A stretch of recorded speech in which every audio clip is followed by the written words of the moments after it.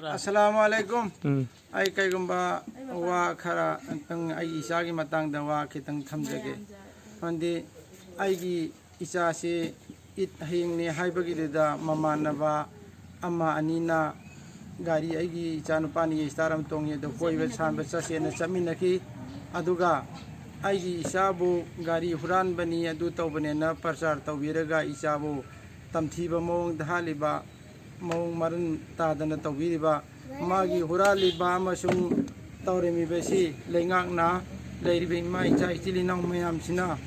ajum maran sibiraga ai chagi ajum maran ji bodo piraga lengak na ai chagi wo kari damutta maran sibiraga tamthina mioi bagi minusi yaudera hatti gi bano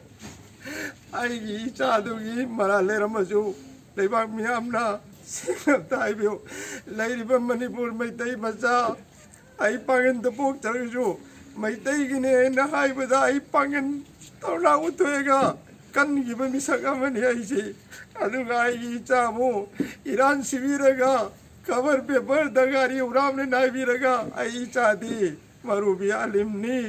magi matu macha ai cha service tawje ai cha nupa duso army hoje sumaina tamchi na mare ka ega ma ba tu pisi leibiri ba khunai de ba mai te ma sai ji no mera pa bi na asu mara sargam tak de di do pirag de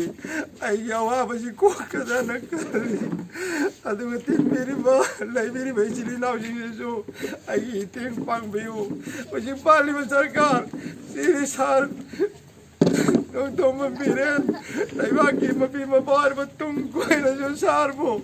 awan na ki dog ta mateng ko jo pang jagani, aju maraji sayam namtang di, ora laiba sing ki papi raga, ai isa ki misi jog tadi sayam na,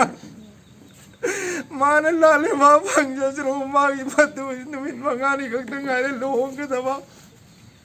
asik ki sayam na magtadi. Ai koi lagai khung da jo ai hizari kana midang biraga ai ya chum bajang dang di do pi o ma ya ran baji chum do pi wa na ai jari sahib da ai jar ke lo jar mai shade bi